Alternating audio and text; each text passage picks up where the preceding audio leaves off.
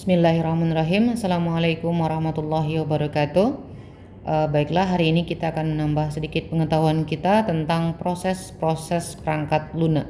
Adapun nanti yang akan kita bahas itu adalah yang pertama, model proses perangkat lunak, iterasi proses, spesifikasi perangkat lunak, rancangan dan implementasi dari perangkat lunak itu sendiri.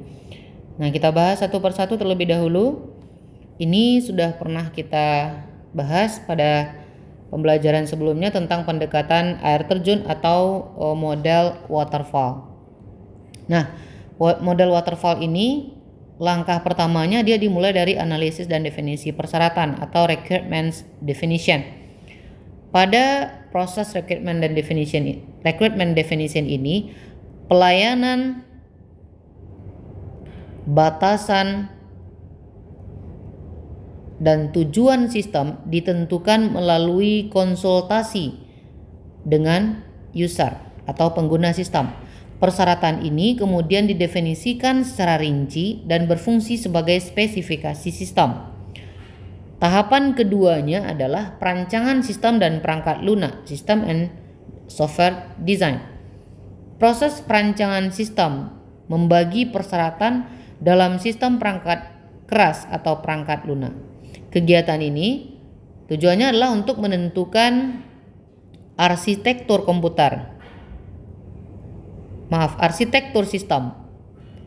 Secara keseluruhan, perancangan perangkat lunak melibatkan identifikasi dan deskripsi abstraksi sistem perangkat lunak yang mendasar dan keterkaitannya satu sama lain. Kemudian berikutnya adalah implementation and unit testing. Pada tahap ini, perancangan perangkat lunak direalisasikan sebagai serangkaian program atau unit program. Pengujian unit melibatkan verifikasi bahwa setiap unit telah memenuhi spesifikasi tertentu. Yang keempat, integrasi dan pengujian sistem, integration and system testing. Nah, unit program atau program individual diintegrasikan dan diuji sebagai sistem yang lengkap untuk menjamin bahwa persyaratan sistem telah dipenuhi. Setelah pengujian sistem, perangkat lunak dikirim kepada pelanggan. Berikutnya adalah operating and maintenance atau operasi dan pemeliharaan. Biasanya, walaupun tidak seharusnya, ini merupakan fase siklus hidup yang paling lama. Sistem diinstal, kemudian dipakai. Pemeliharaan mencakup koreksi dari berbagai error yang tidak ditemukan pada tahap-tahap terdahulu, perbaikan atas implementasi unit sistem, dan pengembangan pelayanan sistem, sementara persyaratan-persyaratan baru ditambahkan. Kita lanjutkan. Berikutnya, pengembangan evolusioner. Pengembangan evolusioner ini bersumber dari ide. Dia bersumber dari ide untuk mengembangkan implementasi awal, memperlihatkan kepada user untuk dikomentari dan memperbaikinya versi demi versi sampai sistem memenuhi persyaratan. Tidak ada kegiatan spesifikasi, pengembangan dan validasi yang terpisah. Nah, kegiatan-kegiatan ini dilakukan pada saat yang bersamaan dengan feedback yang cepat untuk masing-masing kegiatan. Ada dua jenis pengembangan evolusioner. Yang pertama sekali adalah exploratory. Tujuannya adalah bekerja dengan pelanggan untuk menyelidiki persyaratan mereka dan mengirimkan sistem akhir. Pengembangan dimulai dengan bagian-bagian sistem yang dipahami. Sistem berubah dengan adanya fitur-fitur baru sesuai dengan usulan dari user atau usulan dari pelanggan. Kemudian yang kedua, prototipe yang dapat dibuang. Tujuan di sini adalah pengembangan evolusioner adalah untuk memenuhi persyaratan pelanggan dan dengan demikian mengembangkan definisi persyaratannya yang lebih baik untuk sistem. Prototipe berkonsentrasi pada eksperimen. Prototipe berkonsentrasi pada eksperimen dengan persyaratan pelanggan tidak dipahami dengan baik. Nah, kita pahami terlebih dahulu keuntungan. Kita akan bahas nanti keuntungan dari pendekatan evolusioner ini. Ini merupakan gambaran kegiatan pendekatan evolusioner. Berbicara mengenai keuntungan, pendekatan evolusioner terhadap pengembangan perangkat lunak seringkali lebih efektif dari pendekatan waterfall dalam menghasilkan sistem yang memenuhi kebutuhan langsung dari pelanggan. Keuntungan evolusioner ini bahwa spesifikasi dapat dikembangkan secara inkremental. Spesifikasi dari proses evolusioner ini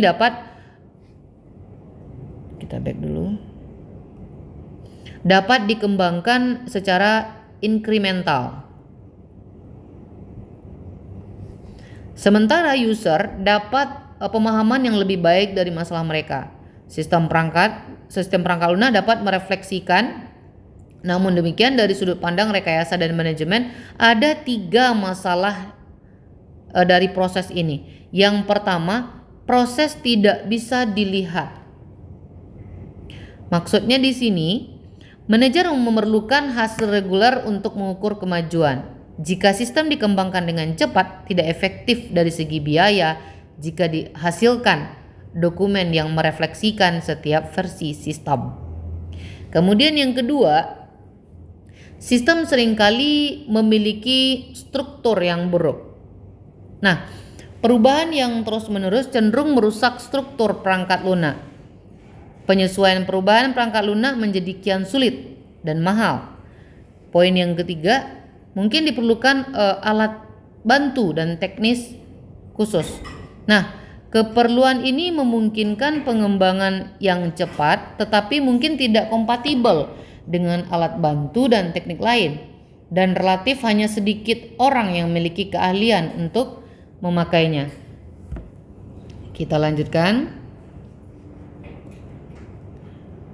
Pengembangan sistem formal. Sebelum kita membahas perbedaan kritis antara pendekatan ini dan model waterfall, pengembangan sistem formal itu merupakan pendekatan terhadap pengembangan perangkat lunak yang memiliki kesamaan dengan waterfall. Tetapi proses pengembangannya didasarkan pada transformasi matematis dari spesifikasi sistem menjadi program yang dapat dijalankan. Nah, perbedaan kritisnya, yang pertama, spesifikasi perseratan perangkat lunak diperbaiki menjadi spesifikasi formal yang dirinci yang dinyatakan dalam notasi matematis seperti yang sudah kita jelaskan sebelumnya.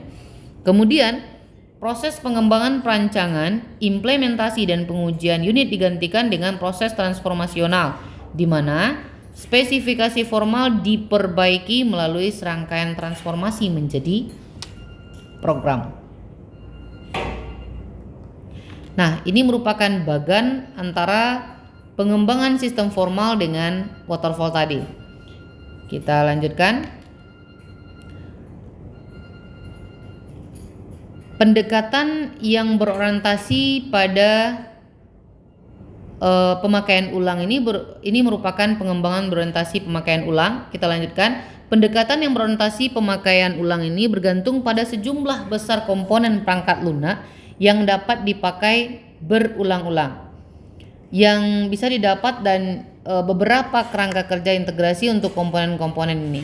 Kadangkala komponen-komponen tersebut merupakan sistem juga yang dapat digunakan untuk memberikan fungsionalitas khusus.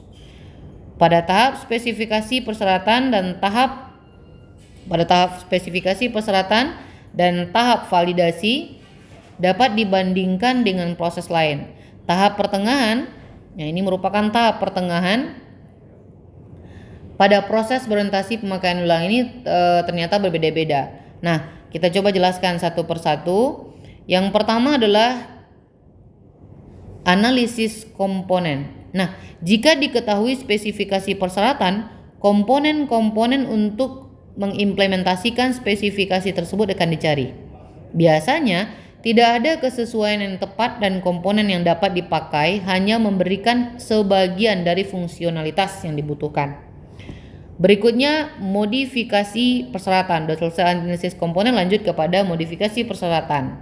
Pada tahap ini, perseratan dianalisa dengan menggunakan informasi mengenai komponen yang telah didapat.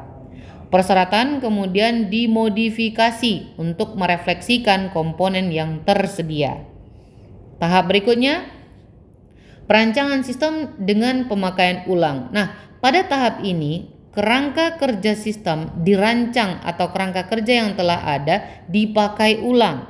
Perancang memperhitungkan komponen yang dipakai ulang dan mengatur kerangka kerja untuk menyesuaikan. Berikutnya pengembangan dan integrasi. Perangkat lunak yang tidak dapat dibeli akan dikembangkan dan komponen sistem akan diintegrasikan untuk membentuk sebuah sistem. Nah, model berorientasi pemakaian ulang memiliki keuntungan nyata, yaitu mengurangi besarnya perangkat lunak yang akan dikembangkan serta memperkecil biaya dan risiko. Kita lanjutkan ke iterasi proses. Dalam suatu proyek sistem recruitment selalu mengalami perubahan.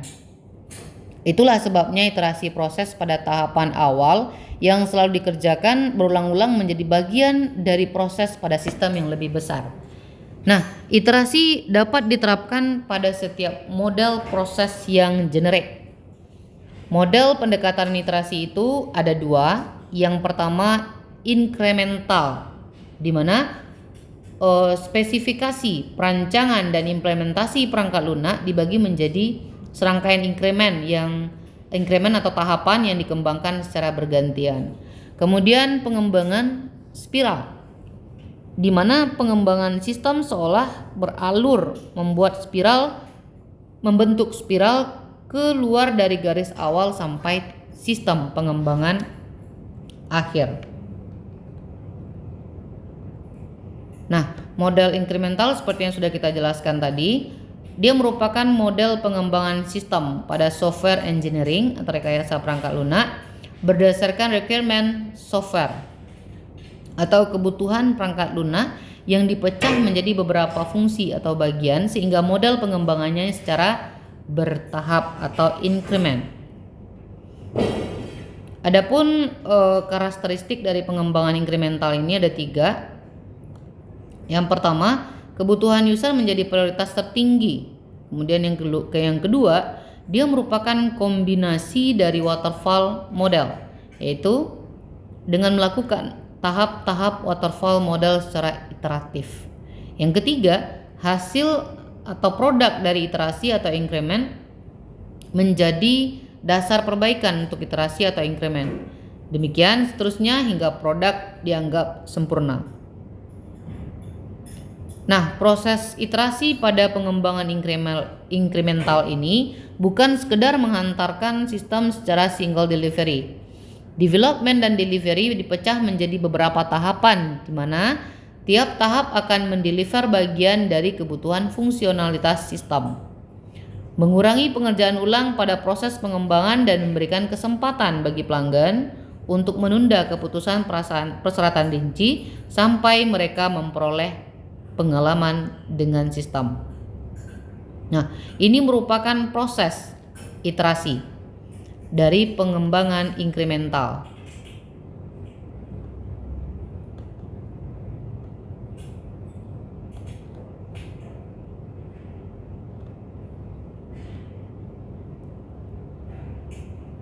Oke, kita lanjutkan. Proses iterasi pengembangan spiral. Spiral model di sini merupakan salah satu bentuk evolusi yang menggunakan metode iterasi natural yang dimiliki oleh model prototyping dan digabungkan dengan aspek sistematis yang dikembangkan dengan model waterfall. Nah, tahap desain umumnya digunakan pada model waterfall. Sedangkan tahap prototyping adalah suatu model di mana software dibuat prototype atau incomplete model. Atau contohnya dan ditunjukkan ke user atau customer untuk mendapatkan feedbacknya. Jika prototipenya sudah sesuai dengan keinginan user atau customer, maka proses sistem engineering dilakukan dengan membuat produk sesungguhnya dengan menambahkan dan memperbaiki kekurangan dari prototipe sebelumnya.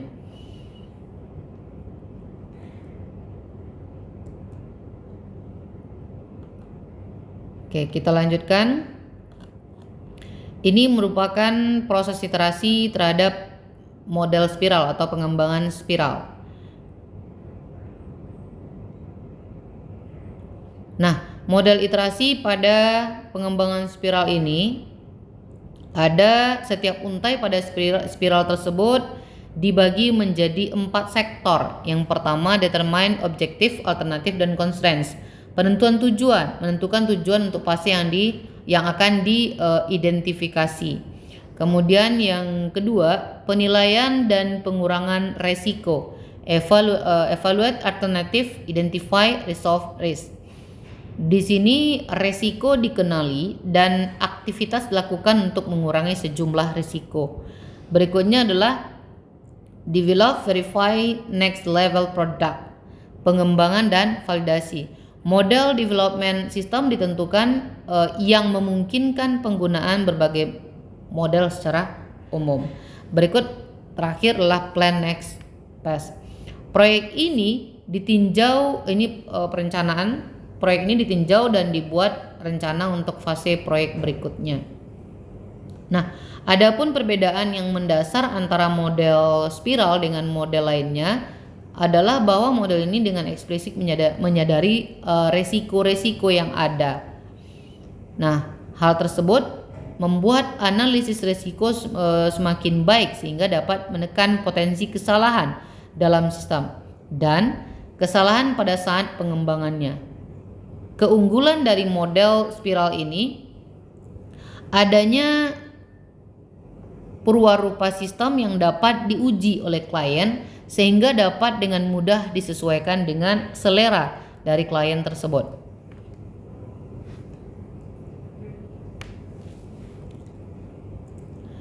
Berikutnya adalah spesifikasi perangkat lunak.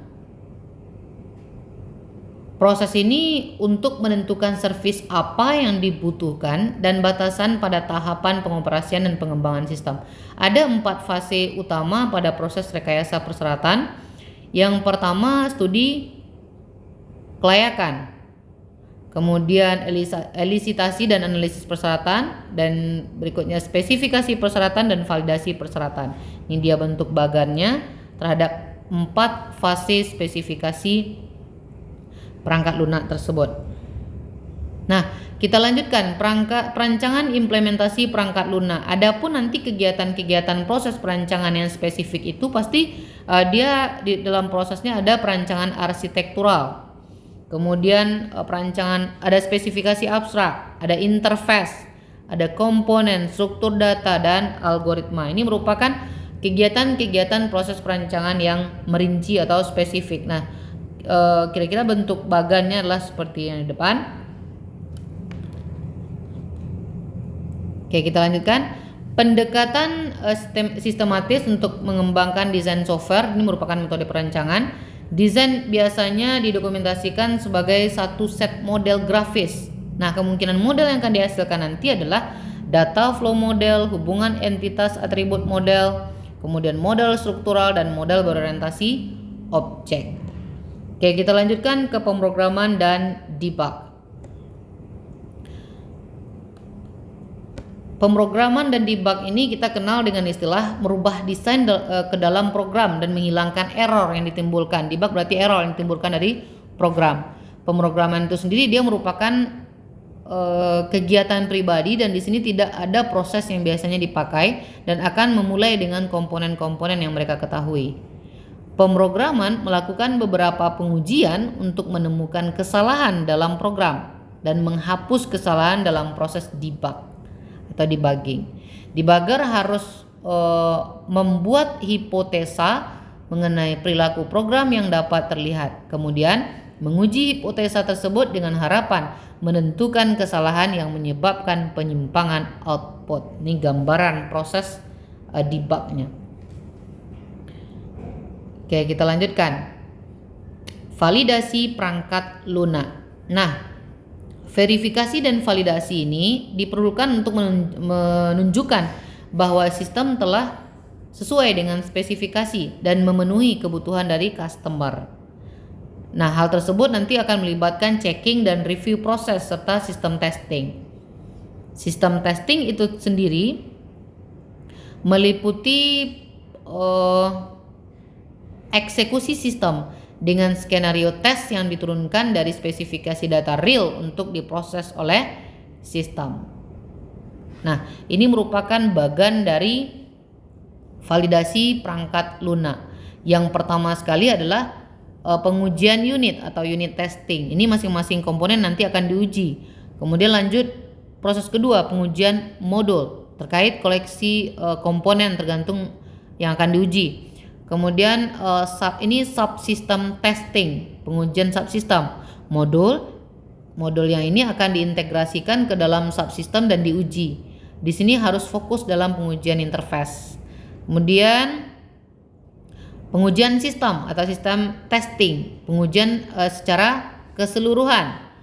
Pengujian sistem atau sistem testing adalah pengujian secara keseluruhan. Kemudian pengujian penerimaan atau acceptance testing. Pengujian data pelanggan untuk memeriksa kinerja dari sistem. Nah, evolusi perangkat lunak, berbicara mengenai evolusi perangkat lunak, software pada dasarnya fleksibel dan dapat dirubah ya. Dengan berubahnya kebutuhan seiring dengan perubahan kondisi bisnis. Perubahan software ini sesuai dengan perubahan kebutuhan seiring dengan perubahan kondisi bisnis.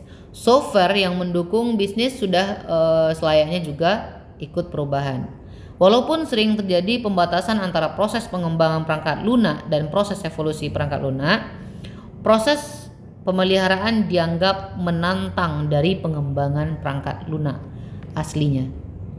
Nah, ini merupakan bagian dari evolusi sistem. Sekian untuk hari ini mengenai pemahaman singkat kita tentang proses-proses perangkat lunak. Mohon maaf atas segala kekurangannya. Banyak maaf. Assalamualaikum warahmatullahi wabarakatuh.